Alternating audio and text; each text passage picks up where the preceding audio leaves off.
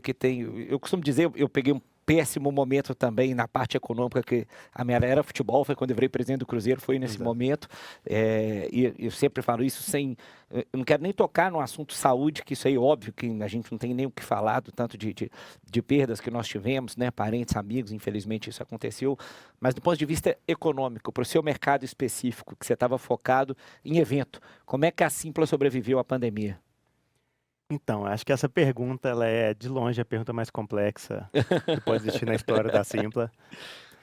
E, aliás, foi quando a gente Não sei como que a gente sobreviveu. E a gente não imaginava, só para explicar ao público, né? Obviamente já conhecia daqui, mas o Sim, Rodrigo a gente foi se aproximar em fevereiro de fevereiro de 2020, foi logo 2020. antes do All-Star Game em Chicago. Foi isso. Menos 30 graus, esse maluco saía para correr de manhã. Com menos 30 graus, o É maluco ia verdade. correr. Nós vamos falar das maratonas daqui a pouco. É, Mas eu lembro da gente exatamente. contando.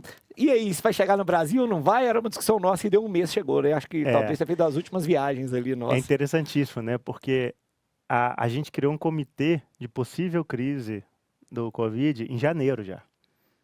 Então, eu tinha muita certeza que aquela ali era a minha última viagem por muito tempo. Inclusive, eu, em teoria, não podia ir para aquela viagem. Porque eu tinha um nível de compliance com os nossos investidores que eu já estava proibido de deixar o país naquela época.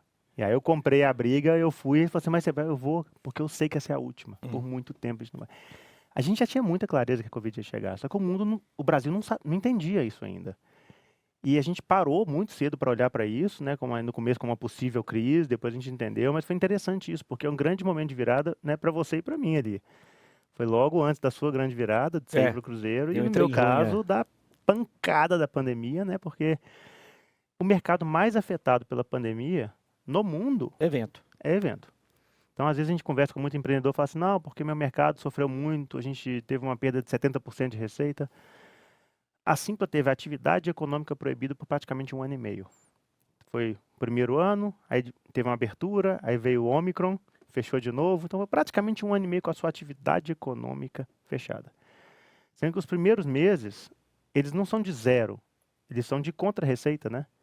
Porque nos primeiros meses, com o cancelamento de todos os eventos futuros, a gente Tem que devolveu devolver a dinheiro. taxa de todos os compradores, né? Então, os primeiros meses eram de contra-receita, de contra-caixa. A gente ia fazer uma captação de investimento em abril, já programada, e com a Covid vindo, na verdade ia acontecer em fevereiro. Aí com a Covid vindo eles seguraram, aí acabou que a gente teve que fazer uma captação emergencial, só que é aquela coisa, o nível de incerteza que existia na pandemia, por mais que a gente tenha se preparado, né, eu lembro que quando começou efetivamente a pandemia, começou é difícil, né, mas quando aceitou-se que a pandemia chegou, né, Foi março, né, que fechou tudo. foi dia 13 de março, 13 de março, eu ia falar 13, sexta-feira. 14. 13 de março. Foi quando São Paulo foi o primeiro que, de repente, proibiram os eventos, proibiram tudo, as aglomerações. Depois, no dia seguinte, Rio de Janeiro, e dali em diante já foi o caos. Em menos de eu não lembro quanto que foi, mas foi menos de uma semana a gente lançou o Simple Streaming. Eu falo assim, puta, mas como é que essa galera lançou esse negócio tão rápido? Não, a gente já vinha trabalhando nisso há muito tempo. Então, por mais que fosse um risco ainda que ninguém conseguia calcular naquela época, a gente sabia que se chegasse para o nosso mercado, ele era quase fatal. Então a gente tinha que olhar com muita seriedade para isso antes. Então a gente já virou o time de tecnologia para construir o Simple Streaming antes. Eu lembro que o time de tecnologia não entendia. Por que a gente virou para Simple Streaming, né? Construir um negócio online, a empresa voando, crescendo 100% ao ano, 8º ano da empresa, crescendo 100% ao ano, e de repente para tudo e vira para construir um produto que é marginal, que era responsável por 2, 3% da receita naquela época. Então, mas não dava nem para trazer transparência, né? Porque tem esse tema da saúde também, né? A nossa geração nunca passou por uma pandemia. Ninguém sabia o que ia acontecer. Foram 700 pessoas que morreram no Brasil na pandemia. Então, como é que você chega para o time e fala assim, gente, o negócio é o seguinte, tem um negócio chamado pandemia, que vocês ouviram falar quando vocês estudaram nos livros de história, que vai chegar no Brasil e vai arrebentar tudo.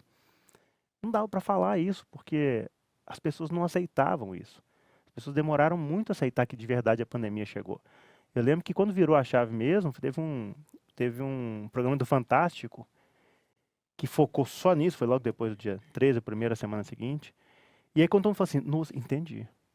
Né, real, o negócio chegou mesmo.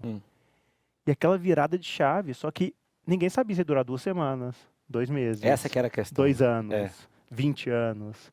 Então, era como pilotar um carro aonde você tá com chuva, neblina, sem ar-condicionado, vidro embaçado.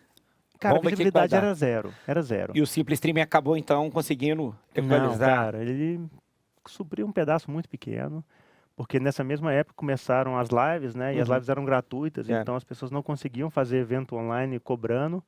Então acabou que toda a cadeia de eventos que não eram as lives, toda a cadeia parou, né? Você pensa, toda a equipe de uma banda, toda a equipe de produção, toda a equipe de cenografia, cara, era uma outra live que tinha, gratuita, e o mercado inteiro parado, praticamente 1 ano e meio. Então, dirigir, pilotar ali, numa situação onde a gente tinha 500 colaboradores na Simpla, a maior empresa do mercado, a gente tinha uma responsabilidade não só pela Simpla, mas pelo mercado também. Uhum. Então a gente tinha uma responsabilidade de, cara, ir construir uma PERSE junto Uhum. com as associações. A gente tem uma obrigação de liderar como que a gente vai responder. E eu lembro que a gente teve uma reunião da Associação de Empresas de Venda de Ingressos, chama Brevin, logo no começo. E aí o pessoal abriu e perguntou, quanto tempo acha que vai durar? 2 semanas, 1 mês, não sei o quê. Não, Rodrigo, você que está estudando isso aí há mais tempo, quanto tempo você acha? Eu lembro que eu falei assim, cara, eu acho que até outubro não volta. Isso em março. Em março. Aí você desesperou os caras. Não, todo mundo desesperou. Nossa, Rodrigo, você é muito exagerado. Tinha Eu eleição falei, ainda no ano gente, 2020, falei, né? gente, assim, é mínimo outubro, eu acho, sinceramente. Eu falei assim, não vai acontecer. Mas era chute, porque na real a gente não tinha benchmark. Claro. A última que teve, a gripe espanhola, é muito outra realidade. O mundo não se movimentava, não tinha informação sobre aquela época. Então, cara, era muito difícil você fazer a gestão daquilo que você não apenas não controla, mas você não enxerga. Uhum.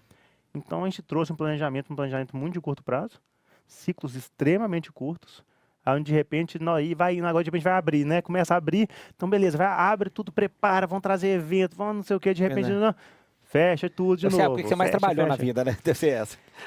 Cara, É o dia inteiro dedicado, pensando, refletindo. desde que a gente lançou a Simpla, acho que os 3 fundadores, a gente trabalhou, sem exagero, de 12 a 14 horas por dia, todos os dias, de segunda a segunda, por 10 anos. Uhum. Então, trabalhar mais eu não diria, mas foi muito peculiar, porque ao mesmo tempo que foi o período mais intenso da minha vida, em termos de trabalho, pelo fato de que eu não podia me movimentar, né, porque a gente tinha escritório em, sei lá, 6, 7 cidades no Brasil, eu estava tempo com investidor em São Paulo, eu estava viajando, eu morava em Confins, morava no aeroporto. De repente não tinha mais isso, eu tinha um tempo para mim. E foi daí que eu comecei a correr. Porque eu saía e eu não podia pegar Covid. Meu pai, muito mais velho, nessa época 90 e poucos, ele teve um segundo câncer muito forte. Minha mãe, o Alzheimer na pandemia, que ela teve menos interação, tomou completamente. E os 2 doentes, eu não podia pegar Covid. Aí você tinha que ir pra montanha sozinho para fazer alguma coisa. Eu sou montanhista, eu caminhava na montanha, eu estava testando corrida para poder ver minha condição do joelho, como é que a fisioterapia estava indo. De repente um dia eu falei assim, cara, eu vou correr na montanha, porque é mais rápido, né? Não tem tempo para andar. Aí eu fui correr, eu falei, nossa, como é que eu não pensei nisso antes? Correr em montanha, é bom demais isso aqui, cara. É isso, eu comecei a correr. E aí eu ia correr, por exemplo, 6 horas da manhã, 8 horas da manhã eu já estava em casa, tomava café da manhã, 9 horas da manhã eu entrava na reunião onde todo mundo estava... A gente estava vivendo... Pessoas em volta, a gente morreram. Né? Era um período de, cara, baixa na moral, na autoestima, na felicidade. A gente no mercado dizimado, onde os nossos clientes também estavam quebrando, tudo acontecendo. Eu lembro que eu chegava 9 horas da manhã lá, galera, o negócio é o seguinte, nós vamos fazer o seguinte, nós vamos lançar um Simpla Play, nós vamos não sei o que, nós vamos e a gente vai fazer isso, vamos criar um sprint aqui agora, não sei o que, galera tirando remela ainda da cara. Eu falei assim, eu chegava com energia completamente diferente.